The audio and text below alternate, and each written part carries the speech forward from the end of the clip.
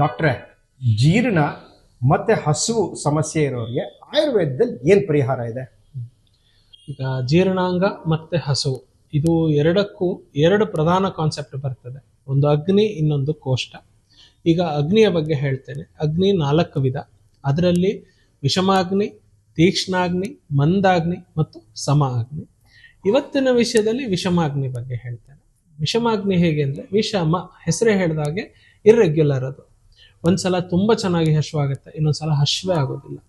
ಗುರುವಾದ ಆಹಾರ ತಗೊಂಡ್ರು ಹಶ್ವಾಗೋಗುತ್ತೆ, ಇಲ್ಲ ಲಘುವಾದ ಆಹಾರ ತಗೊಂಡ್ರು ಹಸುವೇ ಆಗೋದಿಲ್ಲ. ಪ್ರಧಾನ ಇದಕ್ಕೆ ವಾತದಿಂದ ಆಗುವಂತಹ ಸಮಸ್ಯೆ ಇದು.